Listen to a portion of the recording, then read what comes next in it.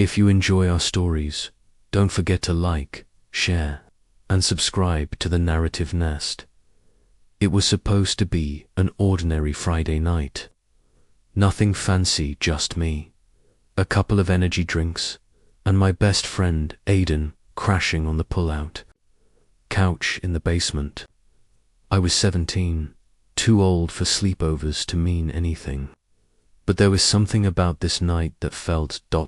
necessary, like a gut instinct telling me not to be alone. Aidan showed up late, almost 11 p.m. His hoodie was damp from the cold drizzle outside, and he looked different off, pale, eyes sunken like he hadn't slept in days. He didn't say much when I opened the door, just kind of walked in like he was expecting something, to follow him. When I asked if he was good, he smiled, but it wasn't the real kind. It was the kind people wear when they're lying to themselves more than to you. We headed down to the basement, dropped onto the beanbags, and started scrolling through horror movies on Netflix. He kept glancing at the small windows up by the ceiling, like he was checking for something outside. "Do you hear that?" he whispered, about half an hour in. "Hear what?" But he just shook his head. Never mind. I muted the TV for a second. There was nothing, just the soft hum of the old furnace and the occasional gust of wind against the siding. I stared at him, but he didn't meet my eyes. That's when the first knock came. Not loud, not even really a knock. More like ... tapping. From the back door upstairs, we both froze. Edon's face went completely blank. He didn't even breathe. "It's them," he muttered. I stood slowly, trying to make a joke out of it, but Aidan grabbed my wrist before I could move. "Don't open it. Don't even go near it." I laughed nervously, thinking he was pulling some kind of prank, but his grip was tight. His hand was trembling. I asked, "Who's them?" He looked at me then, and for the first time, I realized Aidan wasn't scared. He was terrified.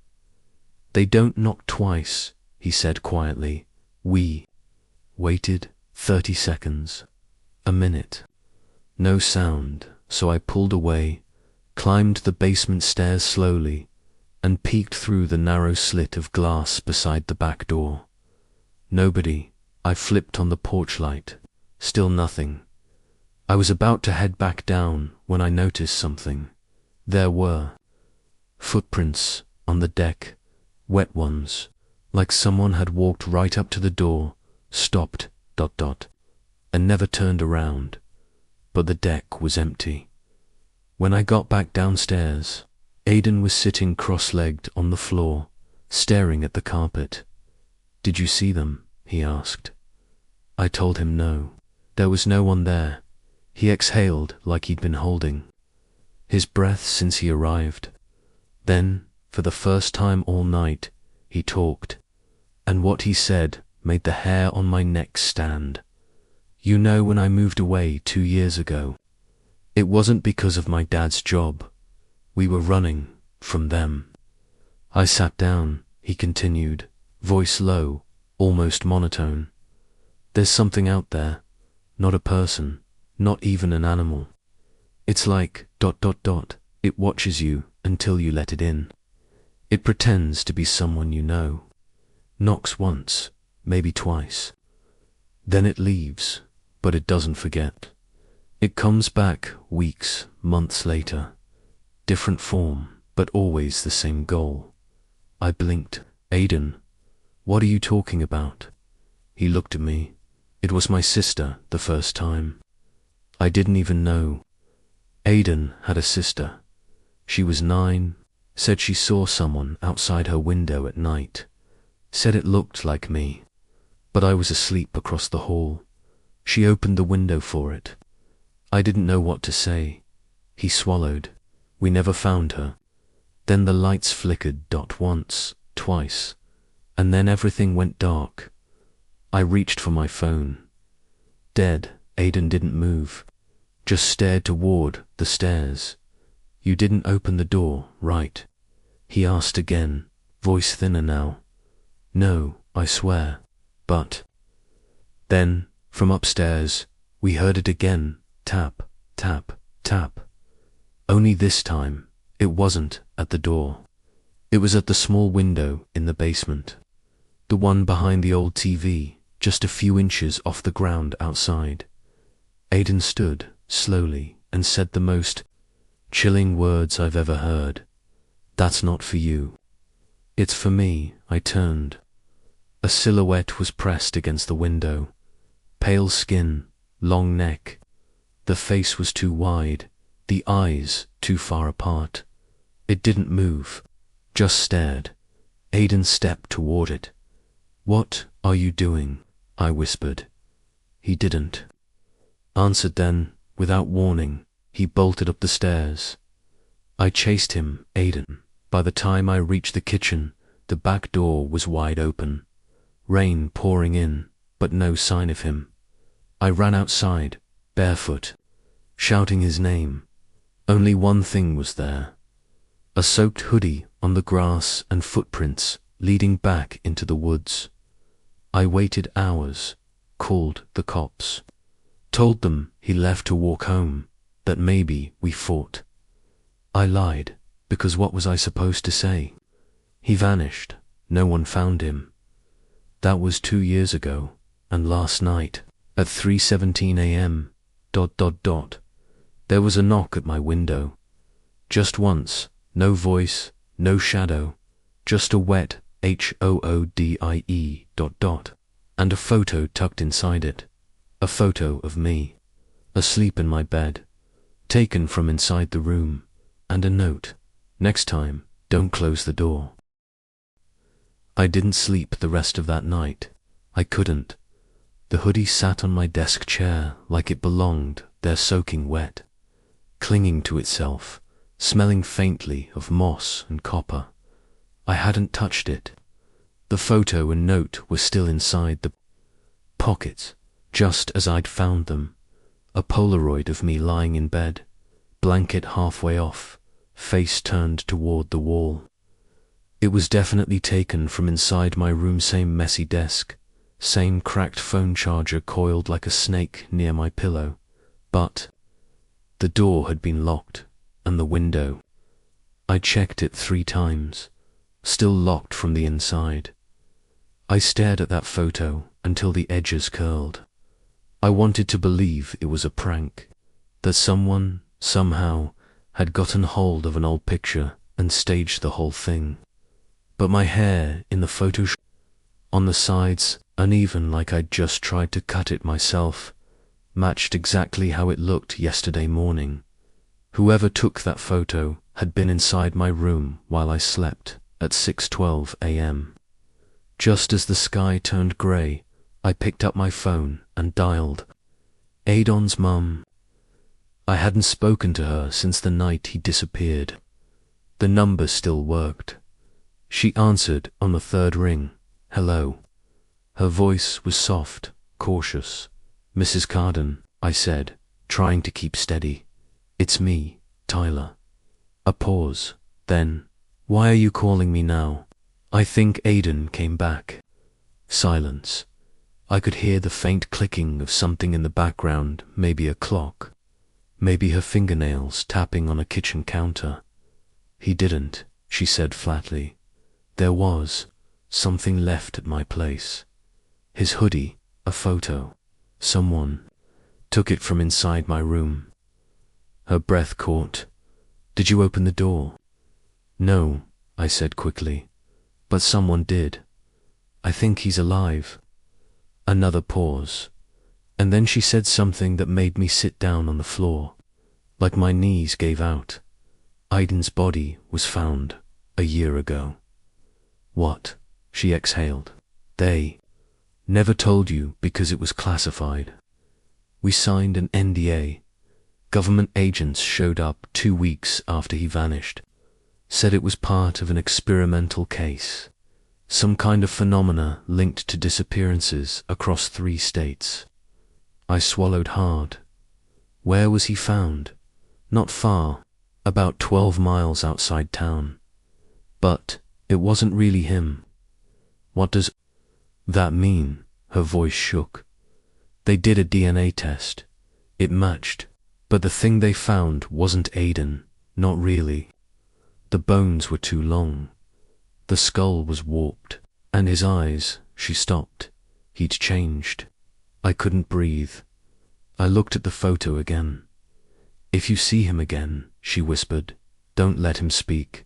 Don't let him in. And don't follow. Promise me. The line went dead. I didn't go to school that day, or the next. My mum was out of town for a work conference, and my dad wasn't in the picture anymore. That meant the house stayed quiet, like it was holding its breath along with me. On the third night, I started hearing whispers, faint, just under the surface of silence. At first I thought it was wind leaking through the window cracks, but it started forming words. Let me in, over and over.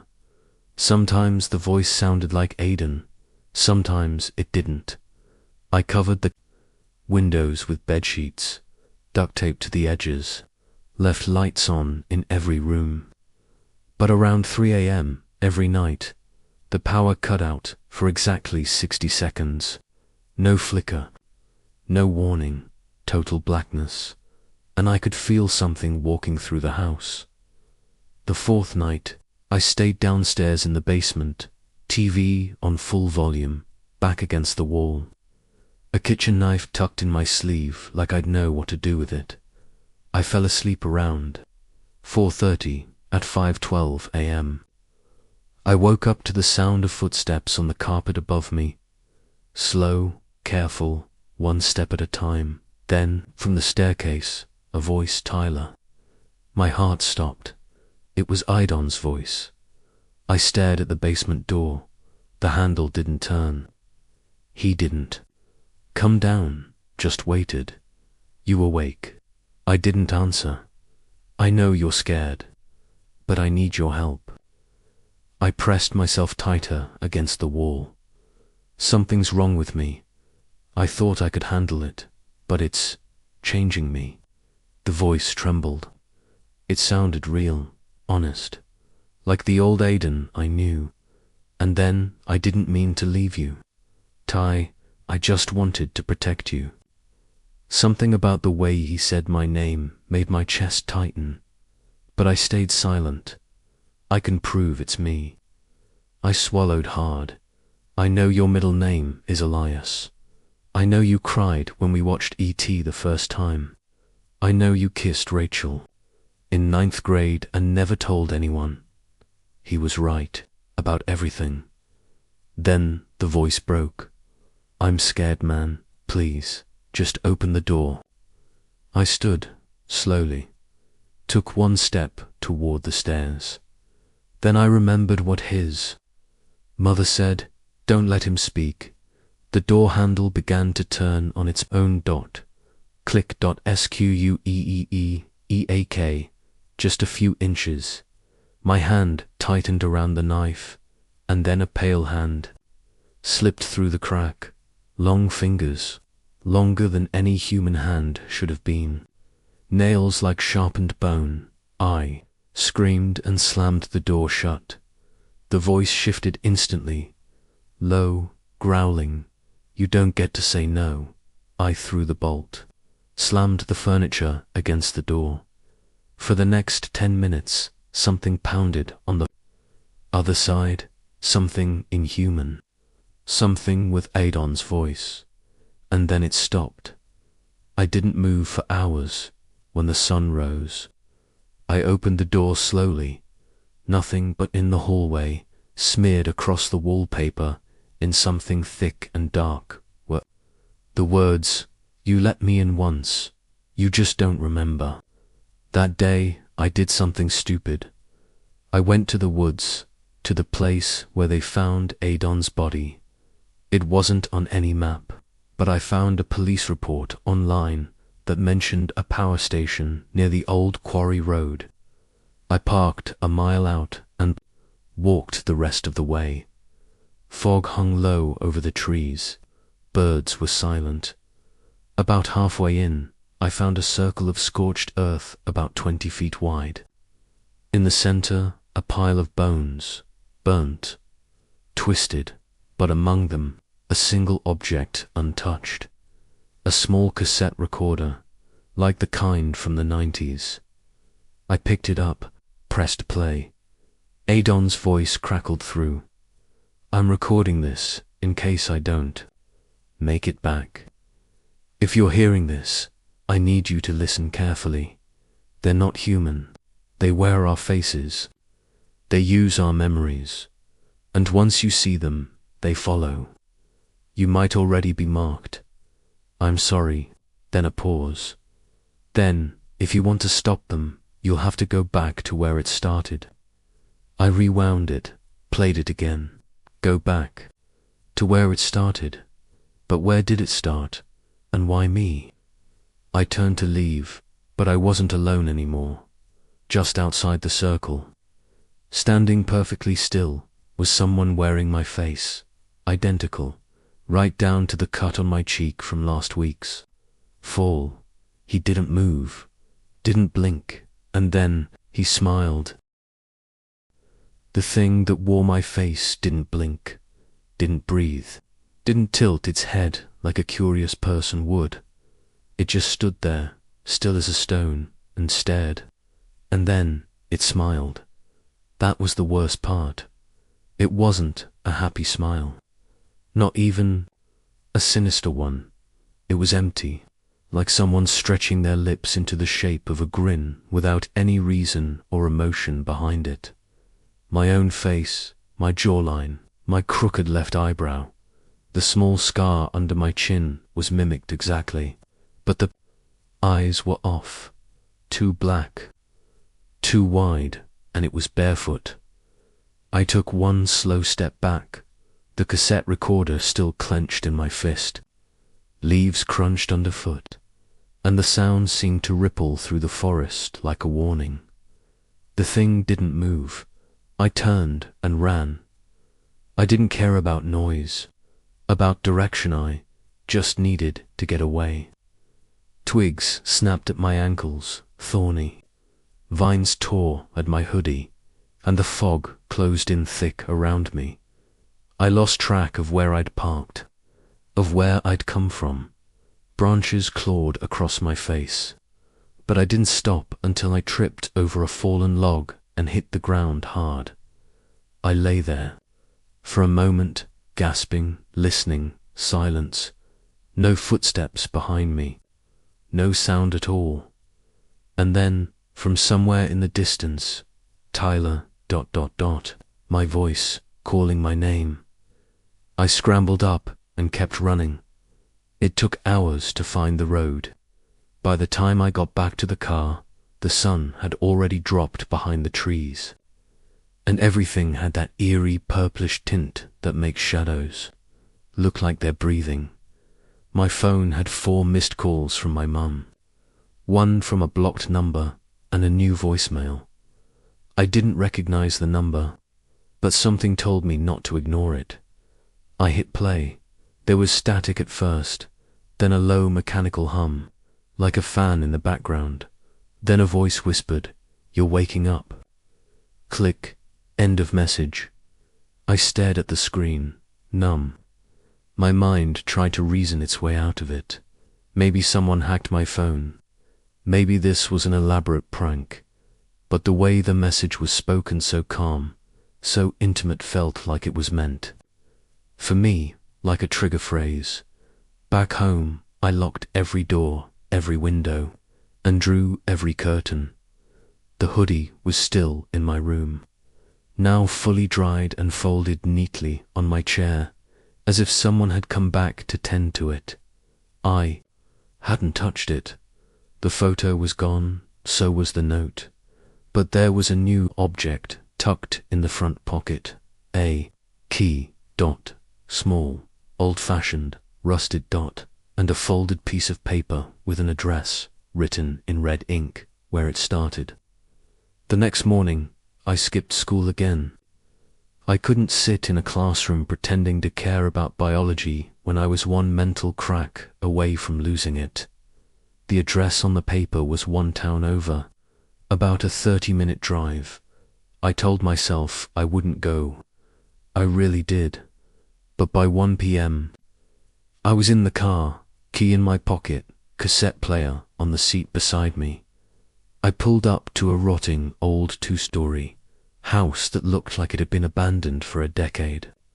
Weeds curled up from cracks in the driveway. Every window on the first floor was either boarded or shattered. The mailbox leaned sideways, still bearing a faded name. Carden Iaden's old house. The one he'd moved from 2 years ago, the one we were never allowed to visit as kids. I gripped the steering wheel until my knuckles turned. White dots, so this is where it started. I stepped out and approached the front door. It was slightly ajar. I tried to push it open, but it wouldn't budge. Then I remembered the key. I inserted it into a small, rusted lock plate just above the handle. Click dot, the door swung open with a long, aching creak. Dust swirled in the air like smoke. Inside the house was freezing cold. I could see my breath. The walls were covered in peeling wallpaper, and the floor creaked with every cautious step. Then I heard it, a soft thumping sound, like someone pacing upstairs. I should have left, but I kept walking. The living room was filled with covered furniture and boxes. There were photographs on the wall, all turned backward. I turned one over. It was Aiden, younger, maybe 10 years old, standing in front of a mirror. But in the reflection, his face was ... wrong, not smiling, eyes too big, mouth slightly open, like he was watching something behind me. A loud thud above made me jump. It came from the master bedroom. I gripped the cassette player and climbed the stairs, each step groaning under my weight. The door at the end of the hall was shut. I pressed my ear against it. Nothing. I turned the knob slowly and pushed. The room was empty, except a mattress in the center of the room, and on the mattress a body, face down, wearing the same hoodie I'd found days ago. I moved closer. My breath caught in my throat. The figure rolled over. It was Aiden, alive, eyes open, but lifeless. He stared up at the ceiling, moving. Then his lips parted. I told you not to follow. I stumbled back. He didn't sit up, didn't blink. He just lay there, mouthing the same words over and over. I told you not to follow. I told you not to follow. I told you not to follow. Then his head twitched violently, and he sat up. His eyes rolled into his skull. His mouth opened wide, too wide, and something began to crawl out. Not a scream, not a sound, but a shadow, black and oily, like smoke and tar tangled into one. I ran down the stairs, out the door, down the cracked driveway. I didn't look back, but as I jumped into the car, I caught a glimpse in the rearview mirror. Aiden still standing in the doorway, still watching, only now he was me. That night I locked myself in my room. The voice came again, this time from the walls. It whispered. Stories, memories I never told anyone. Things from when I was 4, 5, 6. Like something inside the house had read my mind. At 3 a.m, the power cut again. The photo that had vanished.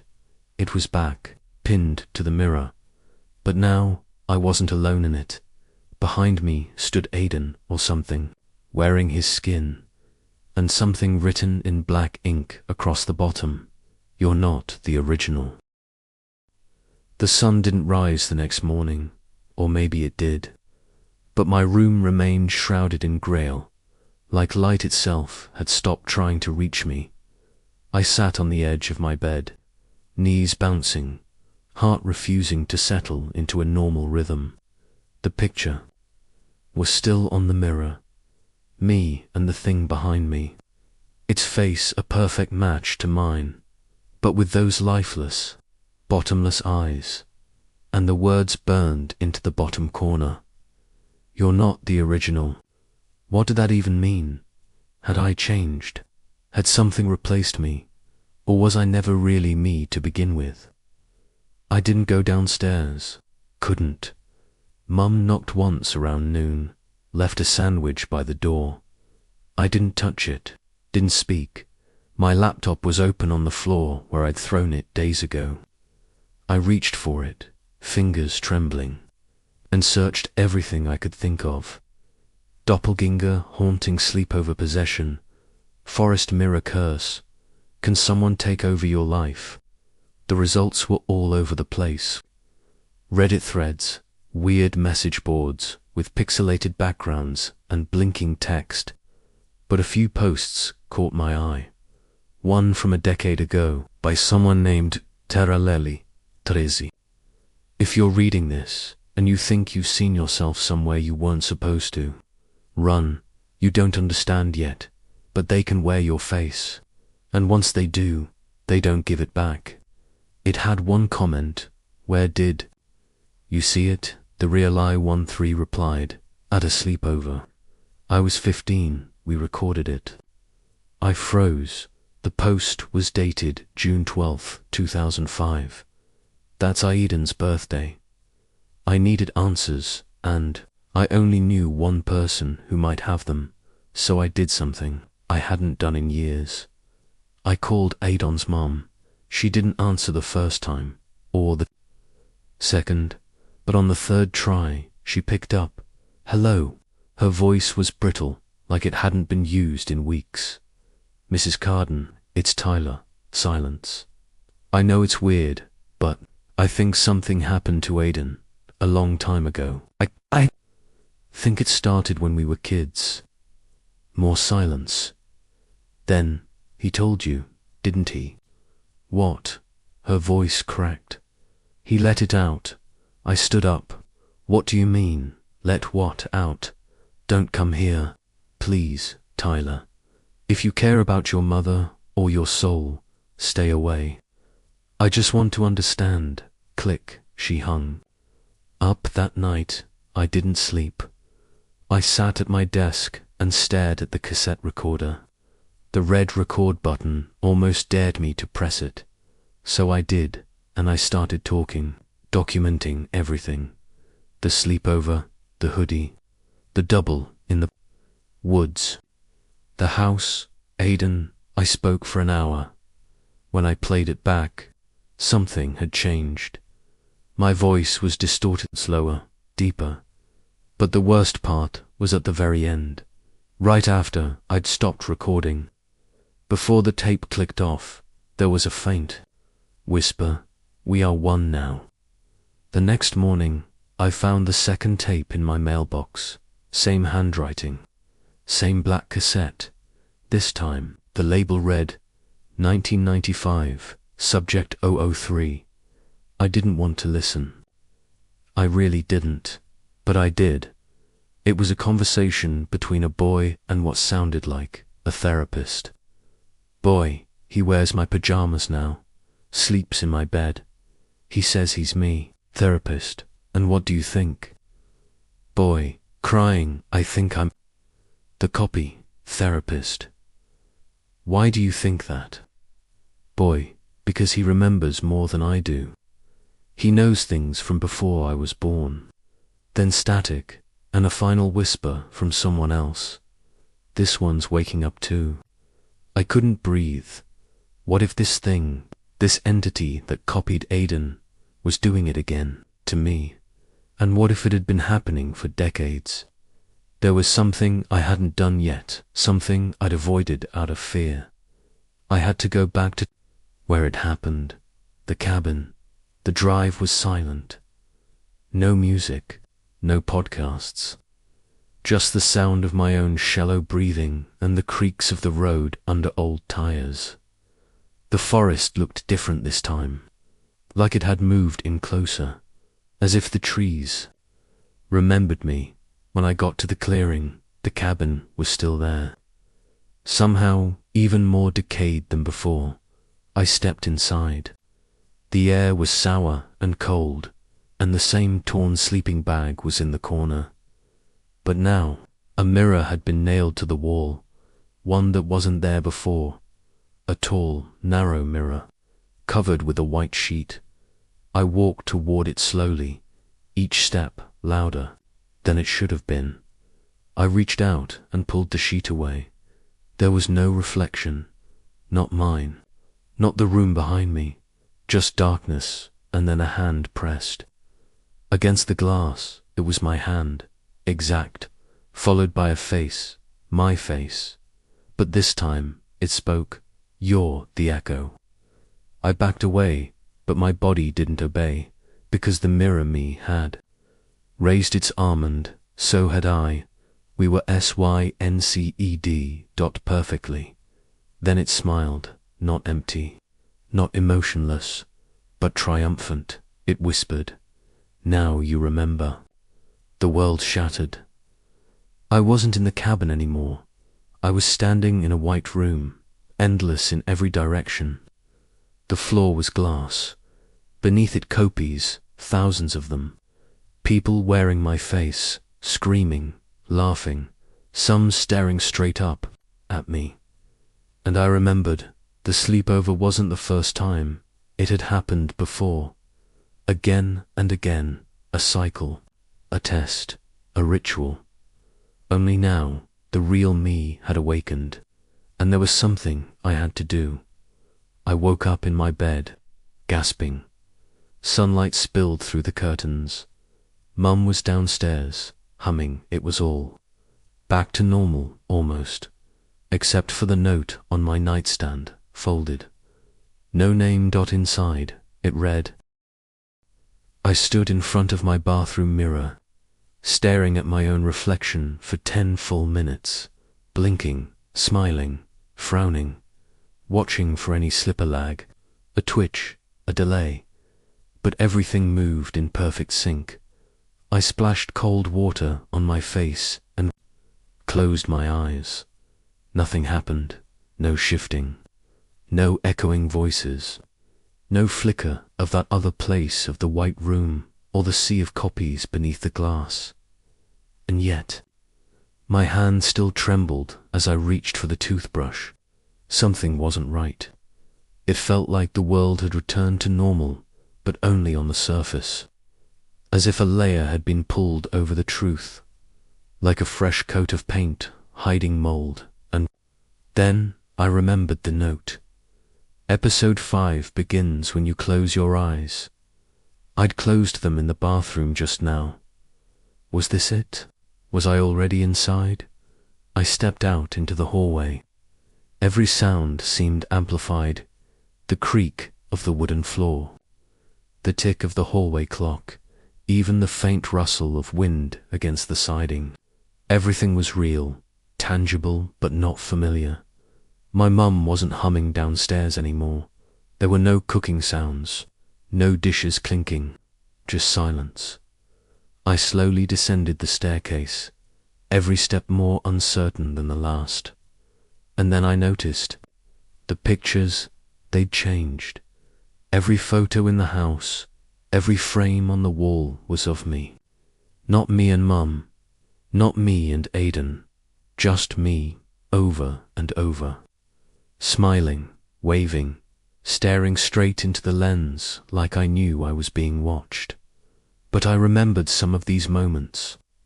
I remembered taking those photos with someone else beside me, so why were they missing?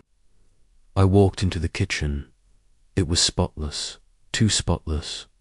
The coffee pot was full, but the mug Mom always used wasn't in the sink. The cutting board she always left out was gone. There was no trace of anyone but me. Mum, no answer. I moved toward her room, knocked once, then again pushed it open. Her bed was neatly made, her shoes lined up, her phone on the nightstand, buzzing quietly with dozens of missed calls from names I didn't recognize. I picked it up, SCROLLED. Not one contact I knew, no Tyler, no Aunt Meg, not even Dad, and we hadn't spoken in 2 years. Just names like Subject 0047 second layer, mirrored host. I dropped the phone. Something was deeply wrong back in my room. The mirror was no longer blank, it was alive. My reflection stared back just like it used to, but then it tilted its head. Slowly, I hadn't moved. It lifted a hand and pressed a finger to the glass. I was frozen, then it spoke. Stop asking who you are. Start asking why you were made. The room pulsed with static. My ears rang. The lights flickered and then everything went black. When I opened my eyes again, I was in a chair, strapped down, bright lights above, machines around me, monitors flashing red, codes scrolling, names, numbers. There were other people in the room wearing lab coats. None of them looked at me. None of them spoke, but I could hear a voice overhead. A woman's voice, calm and clinical. Subject 0052 has entered. Phase 5. Behavioral anomalies suggest proximity to original self-awareness. Another voice answered, male, colder, is it safe? Not yet, there's resistance. But he's waking up, good. We need him to remember what he did. The lights above flared, and something clicked into my head like a needle slipping into a socket. A memory that wasn't a memory. I was outside time, standing in front of a vast black wall, covered in photographs, faces of people I knew. Aiden, Mum, my old math teacher, random strangers on the bus. Their eyes were burned out in every photo, and I knew why, because I'd been watching them, studying, recording, replacing. I tried to scream, but no sound came out. Then one of the lab-coated figures turned to me. He had my face. Don't panic, he said gently. This is part of your evolution. You're not the glitch. You're the system correcting itself. What am I? I managed to whisper. He smiled. You're not Tyler. You're the version that survived. I passed out.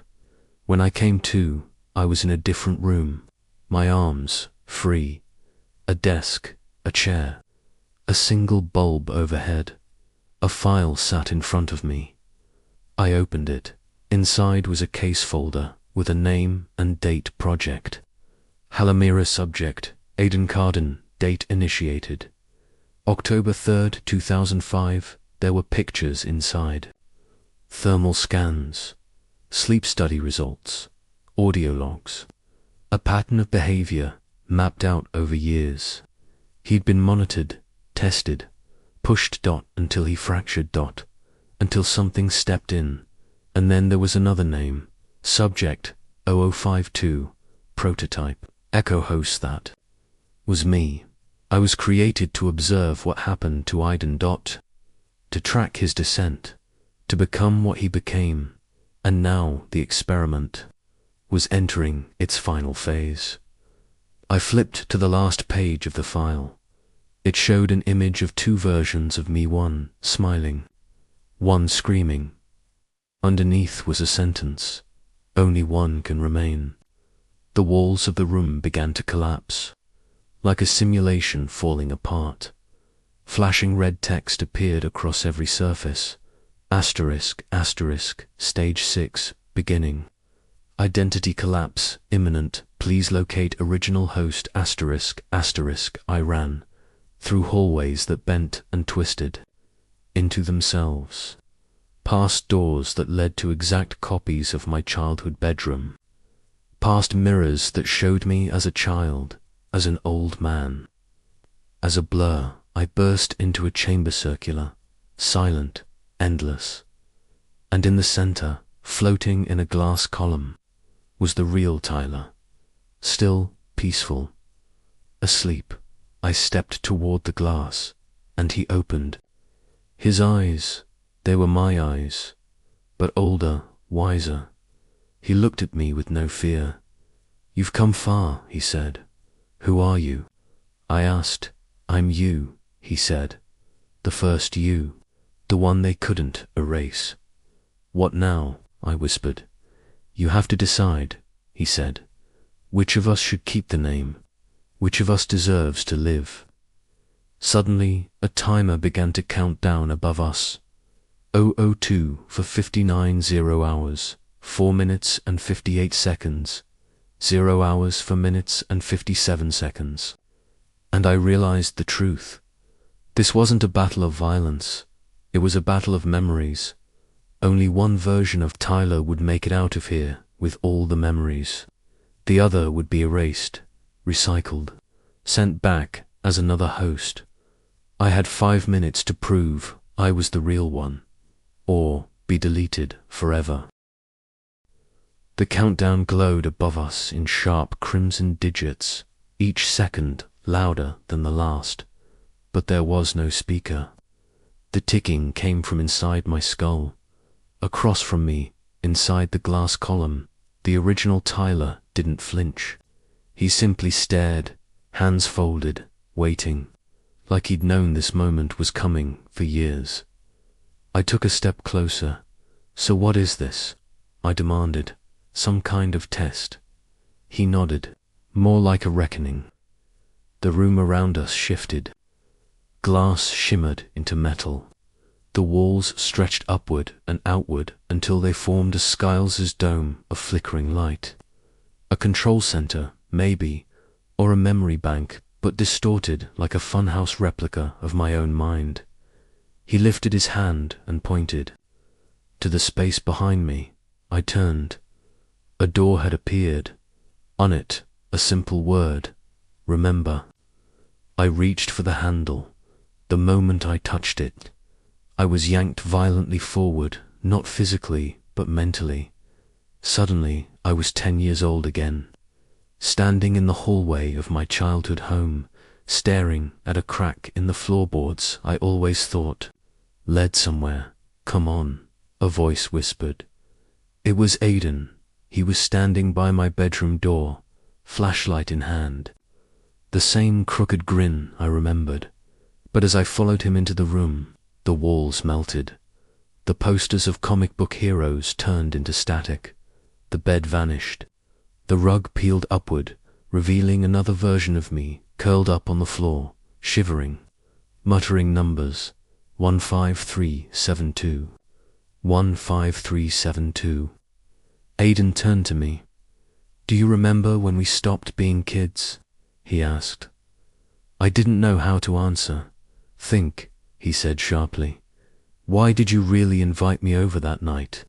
My mouth went dry. I thought I'd done it. Because we were best friends. Because I was worried about him. But now a different version of that night crept back in. I was supposed to observe him.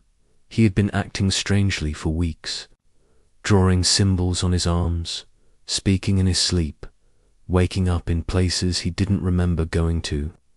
The doctors thought it was sleepwalking, but they, whoever they were, thought he was opening doors in his mind no one should open. Was sent to document it, to befriend him, track him, gain his trust so I could become him. The walls of the memory dissolved again, and I snapped back into the white room. 0 hours, 3 minutes, and 2 seconds. The real Tyler still stood in the center. "How many of my memories do you think are yours?"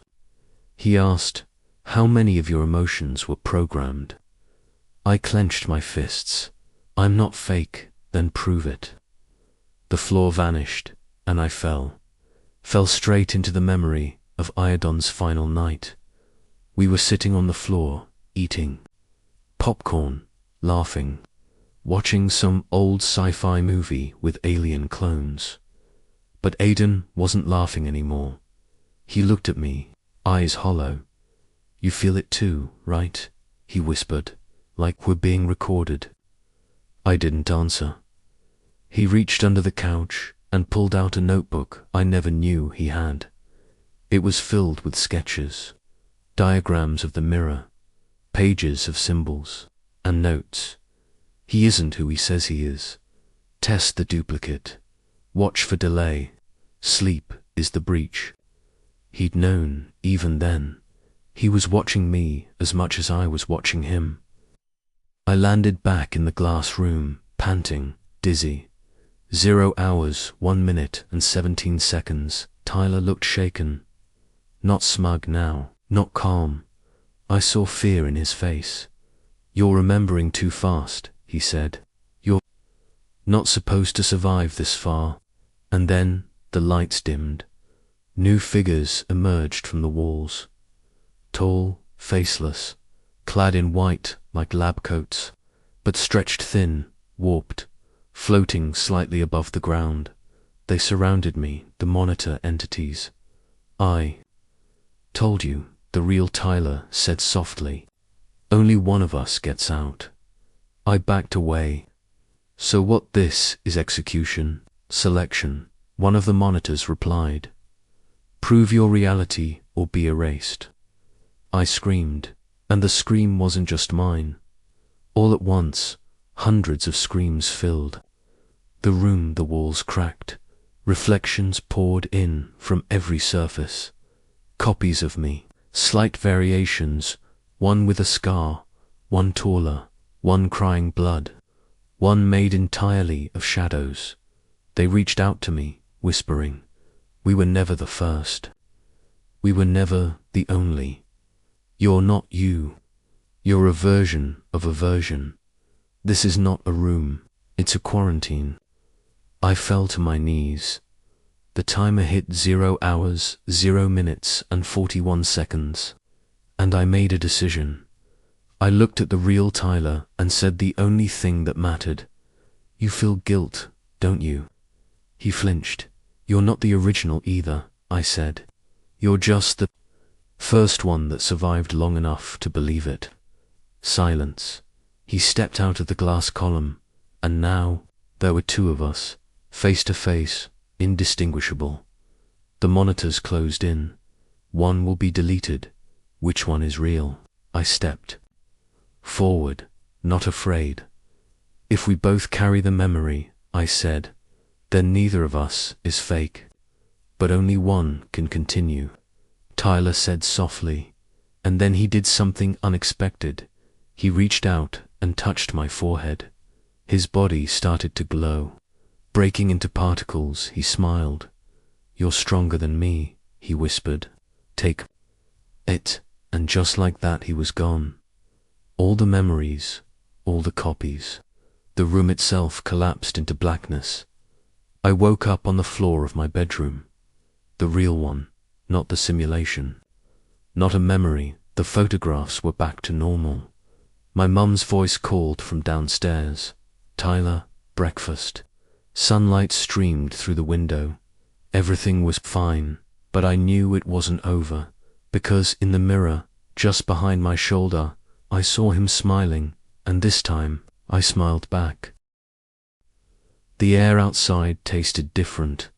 I stood on the front porch, blinking at the morning sun like I'd just emerged from a bunker. Birds chirped, sprinklers hissed, a neighbor waved. Nothing about the world looked out of place, except me. I didn't know what I was anymore, but something inside me had changed.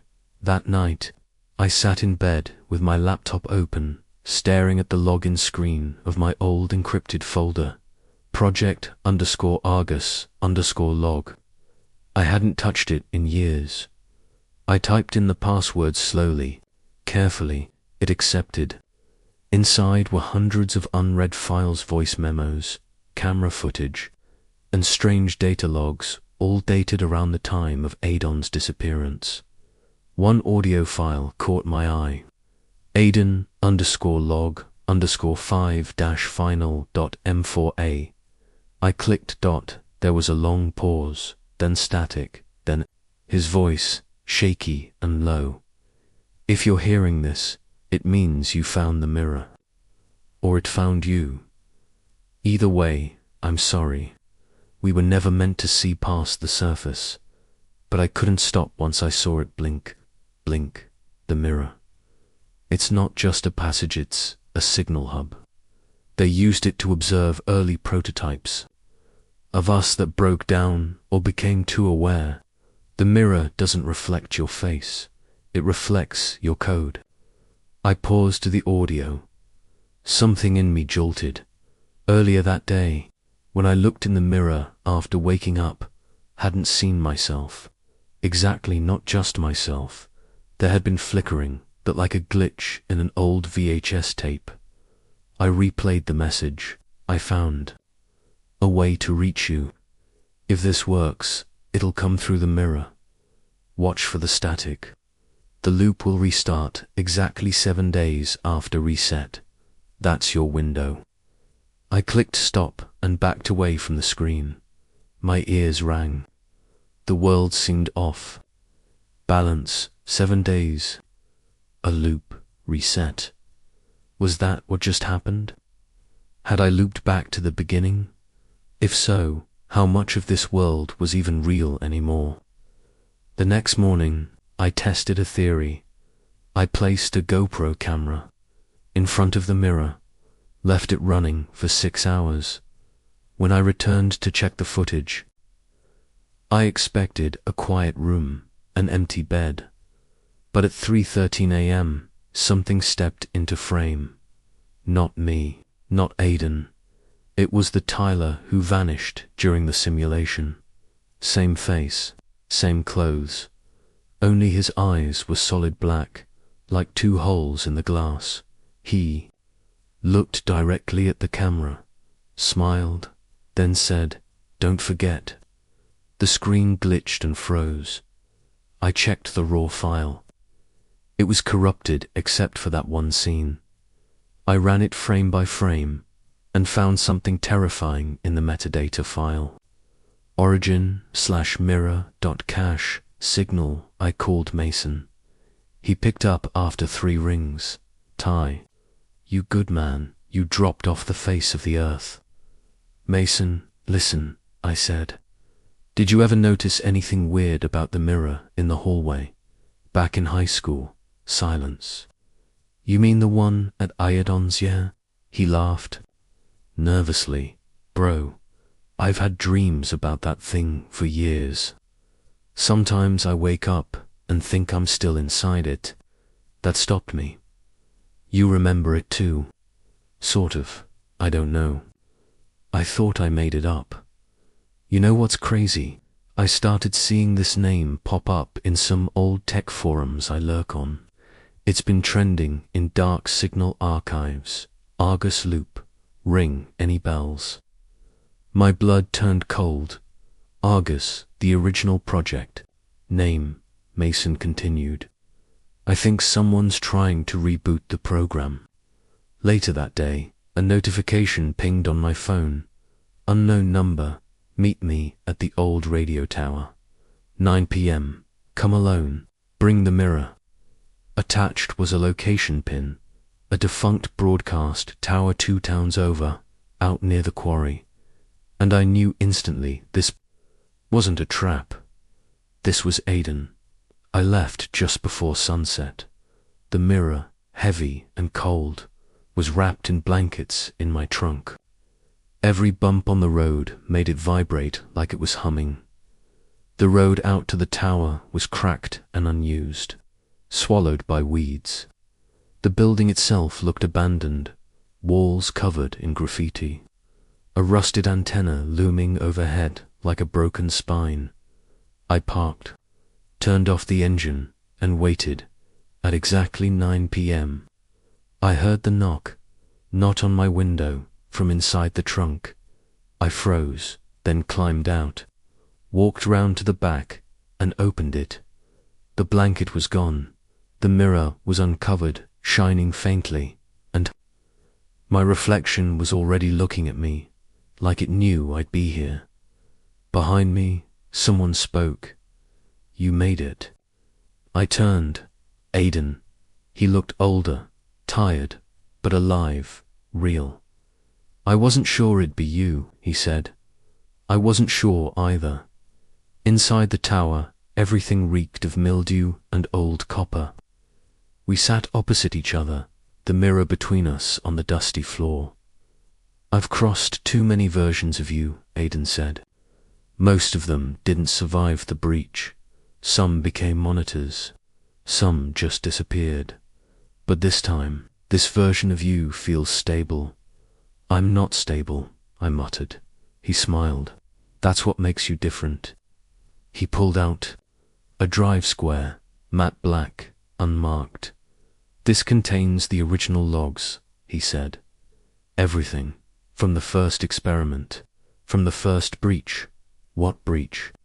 The first time someone stepped through the reflection and didn't come back as themselves. He played one of the files. A distorted voice filtered through. Robotic and broken. Version 001. Subject failed to maintain anchor identity. Full memory transfer incomplete. Host is deteriorating. Containment protocols advised. Another voice. Fainter. Don't trust him. He's not your friend. He never was. Aiden stopped the file. He looked at me carefully. This isn't just about us, he said. It's about what they want to become. Who's they? He pointed to the mirror. To them, this world is just a reflection, and they're looking for a way through. Suddenly, the lights in the tower flickered, and the mirror started to crack. Hairline fractures spidered across the surface. A low hum filled the room. Aiden jumped to his feet. They found us. We have to move. The mirror flashed, and I saw dozens of eyes looking back at me from behind the glass. Not mine, not Aiden's eyes, belonging to something else. A voice whispered through the crack. He's not with you. He's with us. The mirror exploded. Glass flew everywhere. I ducked. The room trembled. When I looked up, Aiden was gone. No blood, no scream. Just a symbol scorched into the floor. 15372. The code again. The same code I'd repeated as a child. The same one I'd muttered in the simulated memory. The same sequence tied to everything. Only now, it wasn't just a code. It was a location, a map, a final signal. The game wasn't over. It was just beginning. I drove for hours. The coordinates burned into my mind like a scar. 15372. It wasn't just a number. It matched a series of GPS points I'd found embedded in Iodon's hard drive. When I plugged them in, they led me deep into the Appalachian wilderness, an off-grid research facility, long abandoned, owned once by a private contractor called Vastia Labs. I remembered reading about them during high school, when I'd stumbled upon the old Argus documents, but everything had been redacted. Every name, every test subject, except for one, Tyler B.me.I, arrived. At the site just past midnight, fog blanketed the tree line like ghost smoke, and the only sound was the crunch of gravel under my tires. The facility was a concrete skeleton, overgrown, sagging, choked in ivy. A faded warning sign by the entrance read, "Restricted zone violators will be removed." I stepped out with a flashlight and the charred remains of the mirror wrapped in a cloth under my arm. My phone was dead. My watch had stopped ticking, but the hum in my bones kept getting louder the closer I walked to the main chamber. The doors were already open. Something was waiting. Inside, the air was unnaturally cold as I stepped. Down the long corridor, lights above flickered on one by one, like something knew I was there. The facility had been left mid-experiment. Tables still had syringes. Terminals blinked quietly. Papers lined the floor. I stopped at a wall covered in Polaroids. Dozens of faces. Some were mine. All were versions of me. The Tyler who vanished in a simulation. The Tyler who failed the reset. The Tyler who became a watcher. Some of them were smiling. Others were bleeding from their eyes. And under each photo was a number. But under one, it simply read, Anchor. It was the photo I didn't remember being taken. My face, my real one. That's when I heard the voice behind me. You're the last stable node. I turned slowly. A man stood there in a lab coat. Thin, pale, empty eyes. He looked like me, older, sickly. You're not Aiden, I said. No, I'm the original architect. He stepped forward. You were never meant to survive the loop, Tyler. But you adapted. You rejected the false sequences. That makes you unique. What is this place? He smiled. This is where we wrote the world you think is real. Suddenly, alarms sounded. Red lights, STROBED. That the architect didn't flinch. The other versions are collapsing. The mirror's shatter point was the final safeguard. Once breached, the entire structure begins to collapse. Memory, time, identity. Shook my head, confused. Why build this in the first place? He stepped toward the console. Control, surveillance, simulation at the scale of reality itself. But the problem with building mirrors is that eventually something looks back. He tapped a few keys. A wall of screens turned on. Each one showed different scenes. A child in a hospital room, whispering numbers in his sleep. A girl trapped in a mirrored cube, screaming silently. A forest where every tree bent away from a central stone marked with the code 15,372. And on one screen, me, this version of me standing in this very room, looking at the feed. Except the angle was impossible. It was shot from above. I looked up, nothing. I looked back at the screen. Now I was gone. He spoke again. There's one way out. I waited. You reboot the loop. Reinstall your identity as the primary anchor. Erase the others. Rewrite your existence. He placed a device in my hand. It looked like a switch. One press, and everything folds back to your childhood. You get to live. None of this will have happened. But it means Aiden stays gone. It means you forget the truth. And if I don't, he looked me dead in the eye. You become them. I turned, and there, rising from the shadows, were all my other selves. The glitching Tyler, the version that blinked out mid-sentence, the one who laughed during the crash. Their eyes were dark. Their mouths moved with no sound. They reached for me. I ran. I don't know how long I ran through that facility. It felt endless hallways that turned back into themselves. Rooms that reversed when you blinked. But finally, I reached a chamber marked Mirror Lab-V3. Inside was a massive reflective wall. The original mirror, it was humming, vibrating, screaming. Without sound, I placed the broken shard from Aiden's mirror against it. It fused instantly. And then everything slowed. Time warped. I was 5 again, staring into the bathroom mirror, whispering 15,372. I was 16, watching Aiden disappear in a flash of static. I was 25, decoding logs from a project I never agreed to be part of. I was older, I was younger, and then I was now alone with the switch in my hand. The final choice, reboot, or remember. I pressed nothing. Instead, I shattered the mirror completely. Glass rained like snow. Alarms stopped. The room went silent. One by one, the alternate versions of me froze, glitched, faded like smoke. The architect screamed, "You fool.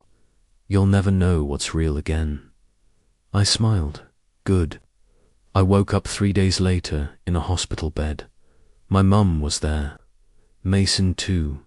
They said I'd been found unconscious in a collapsed building out near the hills. No ID, just a metal fragment. Clutched in my hand, a mirror shard. Months passed. I moved to a quiet town, changed my name, got a job fixing computers. I kept the shard in a box under my bed, though sometimes it hums when the moon's high, and every once in a while I see a flash of something in the mirror. Not me, not anymore. And then, one night, I found a note on my desk. No envelope, no handwriting, just a typed message. The loop broke, but the signal lives. Version 9 begins soon. Be ready. I looked into the mirror, and it blinked.